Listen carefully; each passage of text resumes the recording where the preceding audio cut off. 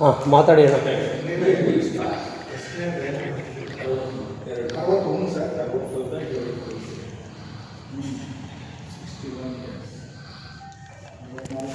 ಹಾಂ ಮಾತಾಡಿ. ಇವತ್ತು ಕೋಲಾರ ಜಿಲ್ಲಾ ಕಾಂಗ್ರೆಸ್ ಭವನದಲ್ಲಿ ಭಾರತದ ಮೊದಲ ಪ್ರಧಾನಮಂತ್ರಿ ಹಾಗೂ ಸ್ವಾತಂತ್ರ್ಯ ಹೋರಾಟಗಾರರು ಹಾಗೂ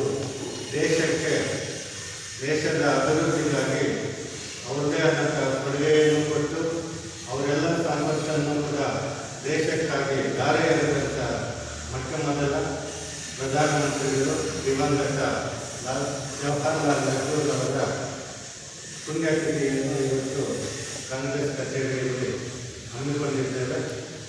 ಈ ಕಾರ್ಯಕ್ರಮಕ್ಕೆ ಆಗಮಿಸಿರುವ ನಮ್ಮ ಕೋಲಾರ ಜಿಲ್ಲಾ ಕಾಂಗ್ರೆಸ್ ಪ್ರಧಾನ ಕಾರ್ಯದರ್ಶಿಗಳು, ಕಚೇರಿಯ ಉಸ್ತುವಾರಿಗಳಾದಂಥ ಹಿರಿಯರಾದಂಥ ಅವರೇ, ಮೈನಾರಿಟಿ ಡಿಪಾರ್ಟ್ಮೆಂಟ್ನ ಅವರೇ,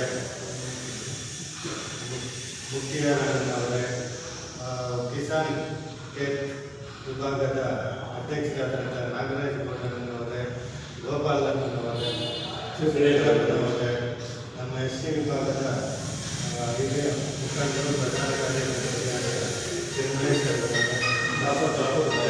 ಅವರೇ ಹಾಗೂ ಸೋಷಿಯಲ್ ಮೀಡಿಯಾ ಜಿಲ್ಲಾ ಉಪಾಧ್ಯಕ್ಷರಾದಂಥ ಹರೀಶ್ ಅವರೇ, ಎಲ್ಲರೂ ದಿನ ಕಾಂಗ್ರೆಸ್ ಕಚೇರಿಯಲ್ಲಿ ಸರಳವಾಗಿ ಈ ಕಾರ್ಯಕ್ರಮವನ್ನು ಹಮ್ಮಿಕೊಂಡಿರುವಂತೆ ಎಲ್ಲರಿಗೂ ಧನ್ಯವಾದಗಳನ್ನು ಅರ್ಪಿಸುತ್ತಾ, ನಮ್ಮ ಜವಾಹರ್ಲಾಲ್ ಅವರು ಸ್ವಾತಂತ್ರ್ಯ ಹೋರಾಟದಲ್ಲೂ ಅವರದೇ ಆದಂಥ ಕೊಡುಗೆಯನ್ನು ನೀಡಿ ಗಾಂಧೀಜಿಯವರ ಜೊತೆಗೂಡಿ ಭಾರತಕ್ಕೆ ಸ್ವತಂತ್ರಪಡಿಸುವಲ್ಲಿ ಅವರದೇ ಆದಂಥ ಕೊಡುಗೆಯನ್ನು ನೀಡಿದ್ದಾರೆ. ಅದೇ ಥರ ಆಗ ನಮ್ಮ ಸ್ವತಂತ್ರ ಬಂದ ಸಮಯದಲ್ಲಿ ಭಾರತದಲ್ಲಿ ಕೂತ್ಕೊಳ್ಳೋಕ್ಕೆ ಒಂದು ಕುರ್ಚಿ ಸಹ ಇರಲಿಲ್ಲ ಪ್ರಧಾನಮಂತ್ರಿ. ಅಂಥ ಸಮಯದಲ್ಲಿ ಅವರು ತಮ್ಮದೇ ಆದಂಥ ಸಂಪತ್ತನ್ನೆಲ್ಲ, ಆಸ್ತಿನೆಲ್ಲ ದೇಶಕ್ಕೆ ಬರೆದುಕೊಟ್ಟು ಖಜಾನೆಯನ್ನು ತುಂಬುವಂಥ ಕೆಲಸ ಮಾಡಿ ಭಾರತದ ಅಭಿವೃದ್ಧಿಗೆ ಭದ್ರ ಬುನಾದಿಯನ್ನು ಹಾಕಿಕೊಟ್ಟಂತಹ ಮಹನೀಯರು. ಅವರ ನಂತರ ಅವರ ಮಗಳಾದಂಥ ಇಂದಿರಾ ಗಾಂಧಿಯವರು ಮತ್ತು ರಾಜೀವ್ ಗಾಂಧಿಯವರು ಸಹ ಅವರ ಹಾದಿಯಲ್ಲೇ ನಡೆದು ಈ ದಿನದ ಭಾರತದ ಅಭಿವೃದ್ಧಿಗೆ ತಮ್ಮದೇ ಆದಂಥ ಕೊಡುಗೆಯನ್ನು ಕೊಟ್ಟು ತಮ್ಮ ಪ್ರಾಣವನ್ನೇ ಅರ್ಪಿಸಿದಂಥ ಮಹಾನ್ ನಾಯಕರು, ಈ ದೇಶಕ್ಕಂತ ಮಹಾನ್ ನಾಯಕರು, ಮತ್ಸದ್ದಿಗಳು ಆದಂಥ ನೆಹರೂರವರಿಗೆ ಈ ದಿನ ನಾವೆಲ್ಲ ಸ್ಮರಿಸಿಕೊಂಡು ಅವರಿಗೆ ಇನ್ನೂ ಅವರ ಹಾದಿಯಲ್ಲಿ ನಮ್ಮ ನಾಯಕರು, ಕಾಂಗ್ರೆಸ್ ಪಕ್ಷ ಇನ್ನೂ ಹೆಚ್ಚು ಭಾರತ ದೇಶಕ್ಕೆ ಭದ್ರ ಅಭಿವೃದ್ಧಿಯಲ್ಲಿ ಕೆಲಸ ಮಾಡಲಿ ಅಂತ ಆಶಿಸುತ್ತಾ ನನಗೆ ಮಾತಾಡೋಕ್ಕೆ ಅವಕಾಶ ಕೊಟ್ಟಂಥ ಪಂಡಿತ್ ಜವಾಹರ್ಲಾಲ್ ನೆಹರು ಅವರ 60ನೇ ಪುಣ್ಯತಿಥಿಯ ಈ ಸಂದರ್ಭದಲ್ಲಿ ಇಲ್ಲಿ ಆಸೀನರಾಗಿರ್ತಕ್ಕಂಥ ಎಲ್ಲ ಹಿರಿಯರು, ಸ್ನೇಹಿತರು, ಬಂಧುಗಳೇ, ಸ್ವತಂತ್ರ ಭಾರತದ ಇತಿಹಾಸದಲ್ಲಿ ಮಹಾತ್ಮ ಗಾಂಧೀಜಿಯವರ ಜೊತೆಗೂಡಿ ಪಂಡಿತ್ ಜವಾಹರ್ಲಾಲ್ ನೆಹರು ಅವರು ಈ ದೇಶದ ಸ್ವಾತಂತ್ರ್ಯಕ್ಕಾಗಿ ತಮ್ಮ ತನು ಮನ ಧನವನ್ನು ಅರ್ಪಿಸಿ ಅವರ ತಂದೆಯವರಾದಂಥ ಮೋತಿಲಾಲ್ ನೆಹರೂರವರು ಮತ್ತು ಅವರ ಕುಟುಂಬ ಆಗರ್ಭ ಶ್ರೀಮಂತರಾಗಿದ್ದಂಥ ಕುಟುಂಬ. ಅವರ ಒಂದು ಕೊಡುಗೆ ಬಹಳ ಅಪಾರವಾದಂಥದ್ದು. ಈ ದೇಶದ ಸ್ವಾತಂತ್ರ್ಯದ ಹೋರಾಟದಲ್ಲಿ ಮಹಾತ್ಮ ಗಾಂಧೀಜಿಯವರ ಜೊತೆಗೂಡಿ ಅವರ ಸಂಪೂರ್ಣವಾದಂಥ ಮಾರ್ಗದರ್ಶನದಲ್ಲಿ ಈ ದೇಶಕ್ಕೆ ಸ್ವಾತಂತ್ರ್ಯವನ್ನು ತಂದುಕೊಟ್ಟಂತಹ ಮಹನೀಯರು ದಿವಂಗತ ಪಂಡಿತ್ ಜವಾಹರ್ಲಾಲ್ ನೆಹರು. ಈ ಸ್ವಾತಂತ್ರ್ಯ ಭಾರತದ ಮೊಟ್ಟ ಮೊದಲ ಪ್ರಧಾನಮಂತ್ರಿಗಳಾಗಿ ಈ ದೇಶದಲ್ಲಿದ್ದಂತಹ ಅನೇಕ ಸಮಸ್ಯೆಗಳನ್ನು, ಸ್ವಾತಂತ್ರ್ಯ ಬಂದಂಥ ಹೊಸದರಲ್ಲಿ ಇದ್ದಂಥ ದೊಡ್ಡ ಸಮಸ್ಯೆ, ನಿರಾಶ್ರಿತರ ಸಮಸ್ಯೆ, ಅದನ್ನು ಬಹಳ ಅಚ್ಚುಕಟ್ಟಾಗಿ, ಬಹಳ ಚಾಕಚಕ್ಯತೆಯಿಂದ, ಬಹಳ ಬುದ್ಧಿಮತ್ತೆಯಿಂದ ಅದನ್ನು ನಿಭಾಯಿಸಿ ಇಡೀ ಜಗತ್ತಿಗೆ ತೋರಿಸಿಕೊಟ್ಟಂತಹ ಧೀಮಂತ ನಾಯಕರು. ಅವರು ಮಕ್ಕಳನ್ನು ನೋಡಿದ್ರೆ ಬಹಳ ಪ್ರೀತಿಸ್ತಾ ಇದ್ರು. ಮತ್ತೆ ಗುಲಾಬಿ ಹೂ ಅವರಿಗೆ ಇಷ್ಟದ ಹೂ ಆಗಿತ್ತು. ಯಾವಾಗಲೂ ಅವರ ಜೋಬಲ್ಲಿ, ಕೋಟಿನ ಜೋಬಲ್ಲಿ ಗುಲಾಬಿ ಹೂವನ್ನು ಇಟ್ಕೊಳ್ತಾ ಇದ್ರು. ಮತ್ತು ಮಕ್ಕಳನ್ನು ಬಹಳ ಪ್ರೀತಿಯಿಂದ ಅವರು ಆಲಂಗಿಸಿಕೊಂಡು ಪ್ರೀತಿಸ್ತಾ ಇದ್ರು. ಮತ್ತು ಅವರು ಒಂದು ಮಾತನ್ನು ಹೇಳಿದ್ದಾರೆ, ಇಂದಿನ ಮಕ್ಕಳೇ ಮುಂದಿನ ಪ್ರಜೆಗಳು. ಇದು ಇಡೀ ಜಗತ್ತಿನಲ್ಲಿ ಬಹಳ ದೊಡ್ಡ ಮಟ್ಟದಲ್ಲಿ ಇದು ವಿಜೃಂಭಿಸ್ತಾ ಇರುವಂಥ ಮಾತಿದು.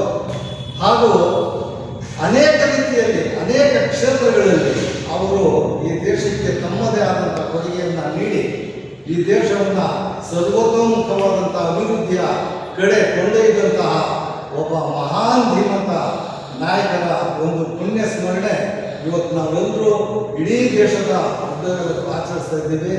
ಈ ಒಂದು ಸಂದರ್ಭದಲ್ಲಿ ಅವರು ಹಾಕ್ಕೊಟ್ಟಿರ್ತಕ್ಕಂಥ ಮಾರ್ಗದರ್ಶನ, ಅವ್ರು ಹೇಳಿರ್ತಕ್ಕಂಥ ಮಾತುಗಳು ಆ ಎಲ್ಲ ನಮ್ಮ ಜೀವನದಲ್ಲಿ, ಅದರಲ್ಲೂ ಕಾಂಗ್ರೆಸ್ಸಿಗರಾದಂಥ ನಾವೆಲ್ಲರೂ ನಮ್ಮ ಜೀವನದಲ್ಲಿ ಅಳವಡಿಸ್ಕೊಂಡಿದ್ದೆ. ಆದರೆ ನಿಜವಾಗಲೂ ನಾವು ಅವರಿಗೆ ಸಲ್ಲಿಸುವಂಥ ಶ್ರದ್ಧಾಂಜಲಿ ಅಂತ ಹೇಳ್ಬಿಟ್ಟು ಈ ಸಂದರ್ಭದಲ್ಲಿ ಹೇಳ್ತಾ ಎರಡು ಮಾತನ್ನ ಮಾತಾಡೋದಕ್ಕೆ ಪಂಡಿತ್ ಜವಾಹರಲಾಲ್ ನೆಹರು ಅವರ ಪುಣ್ಯಸ್ಮರಣೆ ಕಾರ್ಯಕ್ರಮವನ್ನು ನಮ್ಮ ಕಾಂಗ್ರೆಸ್ ಜಿಲ್ಲಾ ಕಚೇರಿಯಲ್ಲಿ ನಮ್ಮ ಕಾಂಗ್ರೆಸ್ ಮುಖಂಡರ ಸಂಘದಲ್ಲಿ ಆಚರಿಸ್ತಾ ಇದ್ವಿ. ಈ ಕಾರ್ಯಕ್ರಮ ಪಂಡಿತ್ ಜವಾಹರಲಾಲ್ ನೆಹರು ಅವರು ಮಕ್ಕಳಿಗೆ ಅವರನ್ನ ಮಕ್ಕಳ ದಿನಾಚರಣೆ ನವೆಂಬರ್ 14 ಆಚರಿಸ್ತಾರೆ.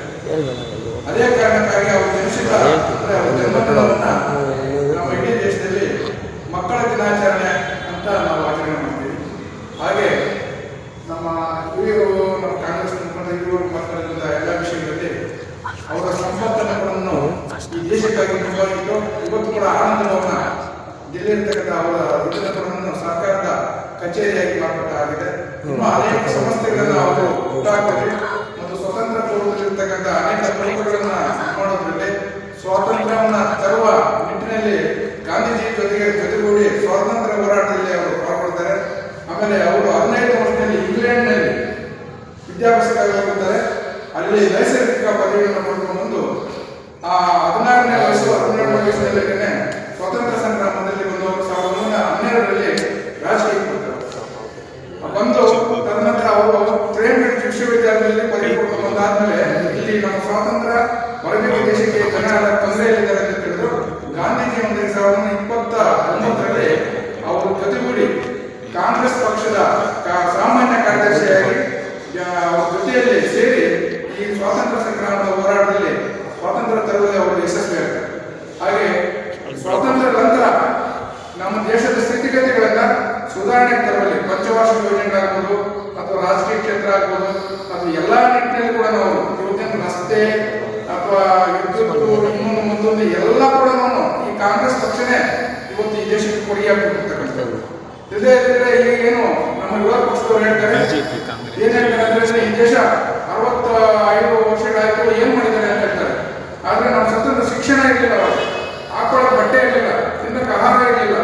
ಅಂತ ಸಂದರ್ಭದಲ್ಲಿ ಕೂಡ ನೆಹರು ಅವರು ತಮ್ಮ ಆಸ್ತಿಯನ್ನ ಅವರ ಸಂಪತ್ತನ್ನು ಈ ದೇಶಕ್ಕೆ ಅರ್ಪಣೆ ಮಾಡಿ ನಮ್ಮನ್ನೆಲ್ಲ ಸುಧಾರಿಸಿ ಈ ಒಂದು ಅಭಿವೃದ್ಧಿಯನ್ನ ಮಾಡಲಿಕ್ಕೆ ಪಂಡಿತ್ ಜವಾಹರಲಾಲ್ ನೆಹರು ಅವರ ಕುಟುಂಬ ಮತ್ತು ಅವರ ಫ್ಯಾಮಿಲಿ ಸದಸ್ಯರು ತಮ್ಮ ಪ್ರಾಣವನ್ನೇ ಅವರು ಕೊಟ್ಟು ಈ ದೇಶವನ್ನು ಕಾಪಾಡಿದ್ದಾರೆ.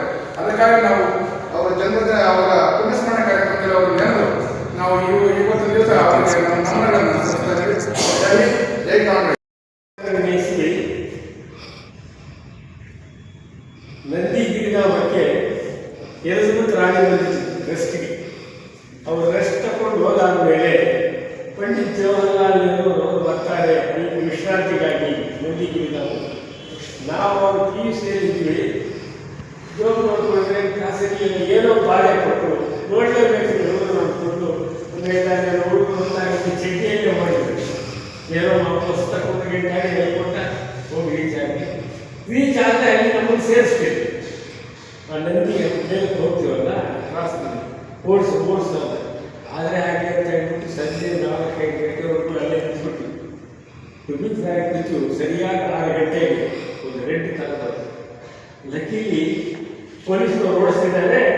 ಹಾಗೆ ನಿಂತದ್ದೇ ಈ ಕೇಂದ್ರ ಇವೆಲ್ಲ ಇತ್ತು.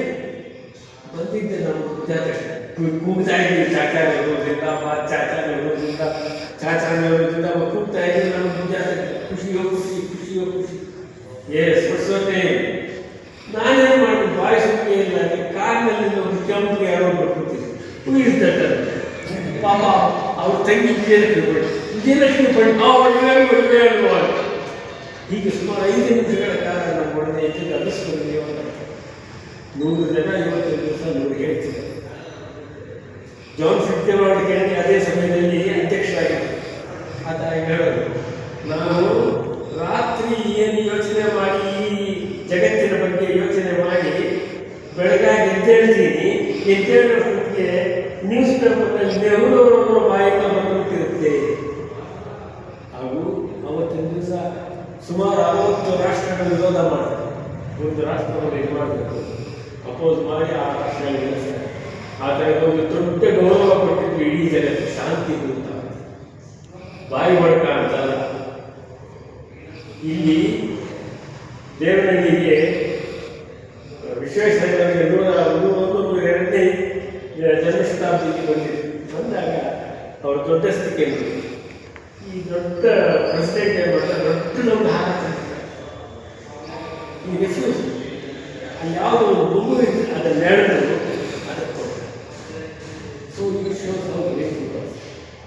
62ರಲ್ಲಿ ಡೆಫಿನೆಟ್ಲಿ ಅಷ್ಟೊತ್ತಿಗೆ ನಾವು 2 ಯುದ್ಧಗಳನ್ನು ಗೆದ್ದಿದ್ವಿ. ಬಿಡುಗಡೆಯಾಗಿತ್ತು. ಅವರಲ್ಲಿದ್ದಂಥದ್ದು ಅಂತ ಹೇಳಿದರೆ ಸುಧಾರಣೆ ಆಗ್ತಾ ಇತ್ತು. ರೈಲ್ವೇಸ್ ಸುಧಾರಣೆ ಆಯಿತು, ಶಾಲೆಗಳು ಸುಧಾರಣೆ ಆದವು, ಫ್ಯಾಕ್ಟ್ರಿಗೂ ಸುಧಾರಣೆ ಆದವು, ನಿಮ್ಮ ITI ಸುಧಾರಣೆ ಆಯಿತು. ಬಾಕ್ರಾನಲ್ಲದೆ ಆ ತಲೆಯಲ್ಲಿದ್ದರೆ ಯಾವುದು ಆಗ್ತದೆ. ಇವರು ನೋಡೋದು ಹೇಳ್ಬೋದು ದಿವಸ ಐ ಆಮ್ ನಾಟ್ ಕ್ರಿಟಿಸೈಸಿಂಗ್ ಏನು. ಹಾಗೆ ಖಂಡಿತವಾಗಿಯೂ ಒಂದು ಆತನ ಅಕಾಲಿಕ ಮರಣ ಪಾಪ ಶಾಕಿಂಗ್ ನ್ಯೂಸ್. ಯಾವಾಗ ಈ ಹಿಂದಿ ಚೀನಿ ಬಾಯಿ ಬಾಯಿ, ಹಿಂದಿ ಚೀನಿ ಬಾಯಿ ಬಾಯಿ, ಹಿಂದಿ ಚೀನಿ ಬಾಯಿ ಬಾಯಿ ಆ ಬಗ್ಗೆ ಅಕ್ಟೋಬರ್ 19ನೇ ತಾರೀಕು ಹಿಮಾಲಯದಲ್ಲಿ ಇದ್ದಾರೆ. Shocking news. ಅವರು ಪಂಚಶೀಲಕ್ಕೆ 2 ಸೈನಾಗಿದ್ದರು. ಉತ್ತರದ ದಾರಿಯಲ್ಲಿ ಹೋಗೋಣ, ಚಳನ್ನೇ ಒಂದು ಪಂಡಿತ ಜವಾಹರ್ಲಾಲ್ ನೆಹರು. ಆದರೆ ಕತ್ತಿ ತೋರಿಸಿ ಮಾಡ್ತಿದ್ದರು. ಆವಾಗ ಸ್ವಲ್ಪ ಏರೋಡ್ತಾ ಇತ್ತು. ಆ ಇದರಲ್ಲಿ ಪಾಪ ಅದಕ್ಕೆ ಈ ಖಂಡಿತವಾಗಿ ಒಂದೇ ಕೆಲಸ ಖಂಡಿತ ವಿಶ್ವಸಂಸ್ಥೆಯಲ್ಲ, ಜಗತ್ತಿನಲ್ಲಿ ನೀವು ಸ್ಥಾನವನ್ನು ಹೊಂದಿರ್ತಕ್ಕಂಥ ಮಹಾನ್ ವ್ಯಕ್ತಿ. ಹಾಗೂ ಫಾರಿನ್ ಪಾಲಿಸಿ ಅಂತ ಏನು ಹೇಳ್ತೀವಿ, ಇವು ಯಾವಾಗ ಮಾಡಲಿಕ್ಕೆ ಬರೋದಿಲ್ಲ. ಪಂಚವಾರ್ಷಿಕ ಯೋಜನೆ, ಇದನ್ನು ಅನೀತಿ ಆಯೋಗ ಮಾಡಿದೆ. ನೀತಿ ಆಯೋಗ ಅಲ್ಲ, ಅನೀತಿ ಆಯೋಗ. ಪಂಚವಾರ್ಷಿಕ ಯೋಜನೆಗಳನ್ನು ಪಂಡಿ ರಷ್ಯಾದಿಂದ ಅಭಿವೃದ್ಧಿ ಮಾಡಿ ತಂದಿರ್ತಾರೆ. ಹಾಗೆ ಅನೇಕ ಒಳ್ಳೆಯ ಕೆಲಸಗಳನ್ನು ಮಾಡಿ ಈ ರಾಷ್ಟ್ರಕ್ಕೆ ಒಳ್ಳೆಯ ಕೀರ್ತಿಯನ್ನು ತಂದು ಖಂಡಿತವಾಗಿ ಯಾವುದೇ ಹಣ ಮಾಡಲು ಮತ್ತೊಂದು ಈ ಫ್ಯಾಕ್ಟ್ರಿ ಜಸ್ಟ್ ಲೈಕ್ ಕೊಚ್ಚಿ ಬಿದ್ದಿದ್ದಕ್ಕೆ, ಜಸ್ಟ್ ಲೈಕ್ ಪೆಟ್ಲಿಸ್ಟ್ ದುರುಂಬ ಇದ್ದಂಗೆ ಆ ಥರ